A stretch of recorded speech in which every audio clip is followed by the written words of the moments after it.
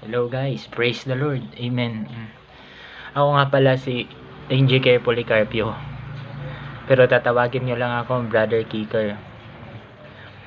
Sandali kasi, sa totoo lang, isa ako sa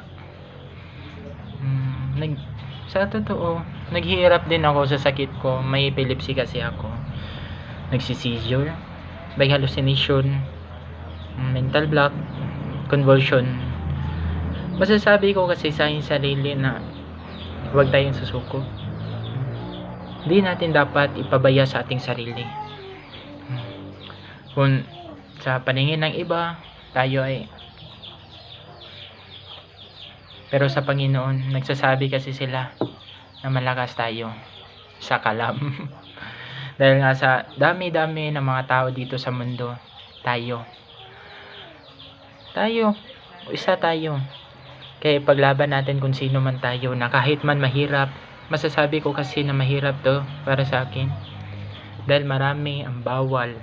Hindi lang bawal, kahit nga sa pag-aaral ko. Kaya sa masasabi ko lang, kahit lang konti, like and follow, subscribe. Yan kasi uso ron. Uso kasi yan pero sa akin lang, ang gusto lang, dahil masasabi ko na kahit man ang Panginoon, marami siyang inalagaan, ginamot, healer.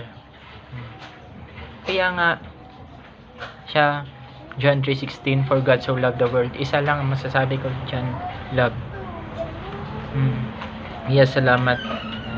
Kahit man sa kahit anong mga maisasabi challenge, o masasabi ko rin sa aking sarili situation, sa sitwasyon natin ngayon, pinaglalaban ko kung sino ba ako, dahil hindi ito sa paglaki ko since birth. Hindi, nagsimula ito grade 8 ako, high school. Gulat na gulat kasi yung mga nanay at classmate ko, isa na yung guro ko, bakit ako nag-seizure. Hanggang sa ngayon, 21 years old ako, pero hindi na siya palagi. Hindi noon na palagi na lang. Ngayon, sa every 1 month pala, sa 3 times na lang. So praise the Lord, amen. Kaya nga, isa sa masasabi ko sa inyo, verse, put God first. Diyan tayo pumunta.